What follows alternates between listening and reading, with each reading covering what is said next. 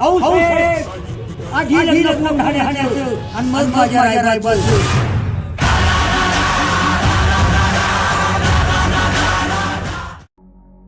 कल्याण दरवाजावरती त्याची समाधी बांधली शिवाजी महाराजांनी, नाही तर बांधली नसती. पण तो राजपूत हिंदू होता म्हणून त्याची समाधी बांधली. अफजल खानाची समाधी महाराजांनी नाही बांधली. त्याचं कारणही नव्हतं बांधण्याचं. तर शिवाजी महाराजांनी लढाई केलेली होती ती. शिवाजी महाराजांनी अफजल खानाचं पोटाचं कोथळं बाहेर काढलं गेलं आणि इथे 1670ला शेलार मामानी उदय म्हणून कोथळं बाहेर काढलं. 1680 लढाऊ किल्लेदार होता. तारीख 1670ला. त्याला 353 वर्ष झाली. इथं तारीख 4 फेब्रुवारी सन 1670.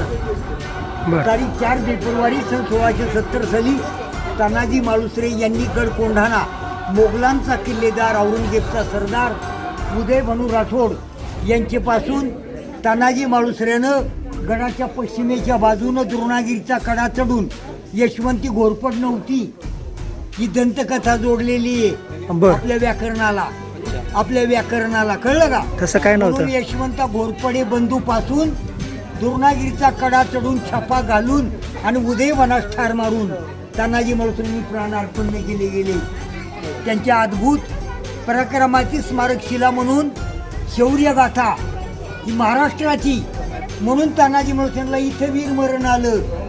आणि म्हणून प्रतिमा समाधी, मेमोरियल, रिअल समाधी चौथरा 1941ला स्थापना झाली आणि महाराजांची 1672ला स्थापना झाली.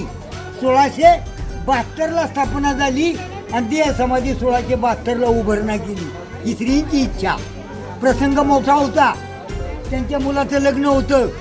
रायबाच्या लग्नाच्या म्हणून आपली भगिनी राजकन्या कमलकुमारीचं अपहरण करून आला होता. लोक त्यांची शिळा आहे. कमलकुमारी, देवी आणि पद्मशिला या तिघींचं अपहरण करून आल्यानंतर त्यांचा नाचगाणा कार्यक्रम प्रोग्राम ठेवला आणि तिच्या विवाहाची मागणी मागत होता. जी वार्ता कळता जी जमा केला म्हणून राजमाता राजगडाला सकाळी बसल्या होत्या उन्हाला आणि म्हणून पाहिले किल्ले कोंढाण्याला आणि बोठानं किल्ला दाखवला. शुभा तेवढा कोंढाणा घे स्वराज्याला. हीच ख्यात होती मराठ्यांची, ही अस्मिता होती. म्हणून ही उदयभानानं जिजाऊने इथे चपल्या ठेवल्या. ज्या वेळेला मी गड स्वराज्यात घेईल, पुण्यावरली सत्ता गेली म्हणून राजगड ही राजधानी केली आणि तिकडनं तानाजी मालुसरेच्या मुलाचं लग्न म्हणून त्यांच्या लाडक्या गडाला त्या राजगडाला आल्या. आणि तानाजी मालुसरे राजगडाला आले. तो विडा पण उचललं गेलं आणि महाराजांना मुजरा केला. तानाजी मालुसरे म्हणाले गेले, राज रायबाचं लग्न आहे आणि यायचे बरं का, नक्की यायचे. आमच्या मुलाच्या विवाहाला आपले आशीर्वाद देण्याकरता. पण महाराजांनी गाल बोट लावलेलं होतं. महाराज चिंतेत होते कोण गड जिंकणार. तितक्यात तानाजी मालुसरेने मुजरा करून म्हणाले गेले, अहो साहेब, आधी लग्न कोंढाण्याचं आणि मग माझ्या रायबाचं. आणि 500 मावळे दिले गेले आणि गडाच्या पश्चिमेच्या बाजूला महादेव कोळ्याच्या वाड्याला तानाजी मालुसरे हुंदडी बांधले. सूर्याजीला संबोळ वाजवणारा बनवला.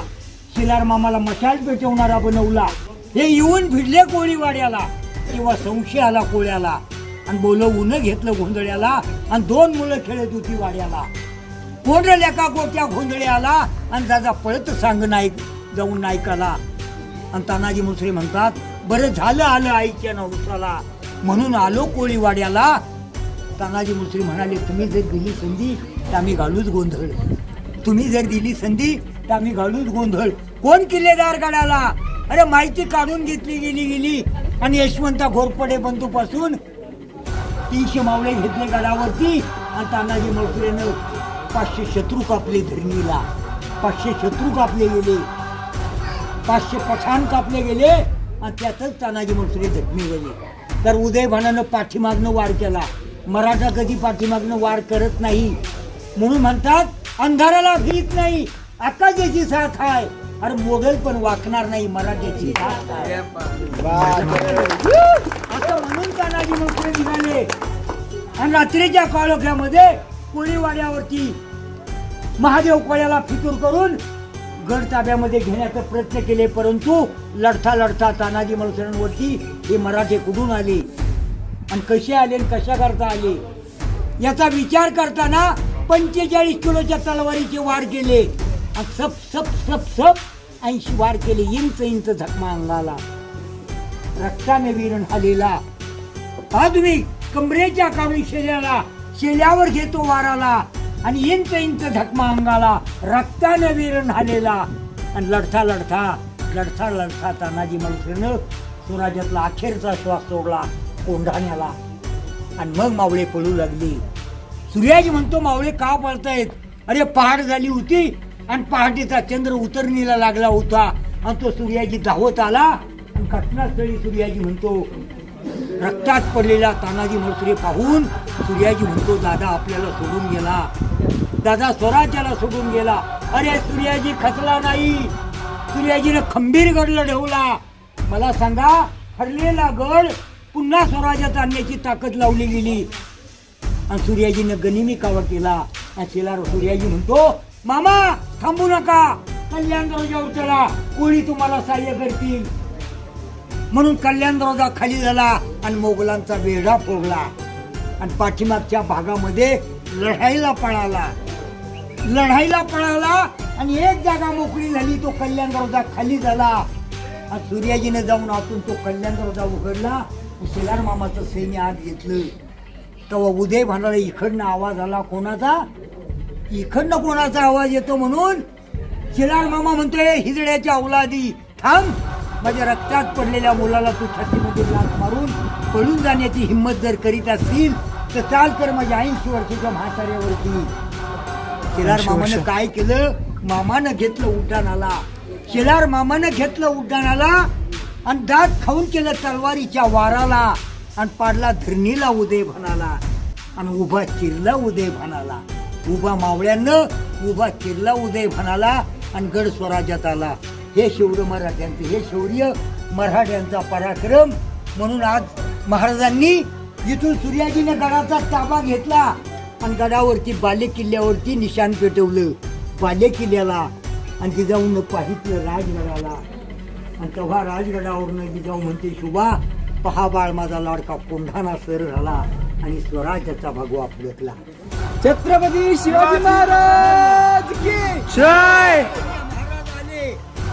महाराज इथं आले. महाराजांचं पहिलंच पाऊल कल्याण दरवाजावर पडलं गेलं. आणि महाराजांना जाणवलं की माझ्या गडावरती काहीतरी स्वराज्यामध्ये घटना घडली गेली. त्यावेळेला तानाजी मालुसरे स्वराज्याला सोडून गेले. तानाजी मालुसरेच्या रक्तानं सिंहगड न्हाला आणि माझा सिंहासारखा सिंह गर्जत सह्याद्री दुर्गेत आला. तेव्हा महाराज म्हणाले गेले, माझा एक गड गेला आणि एक गड आला, एक गड आला आणि एक गड गेला. म्हणून महाराज म्हणाले गेले की गड आला पण सिंह गेला. जय शिवाजी, जय शिवाजी.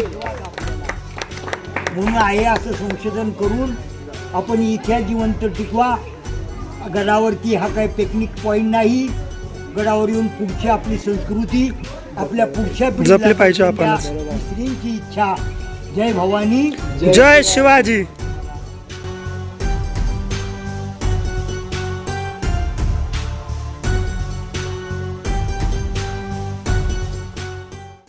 त्या आजोबांनी पूर्ण इतिहास आपल्याला एकदम व्यवस्थित सांगितला. आम्हाला पूर्ण काटे आले आमच्या. आजोबा इकडे बघा एकदा.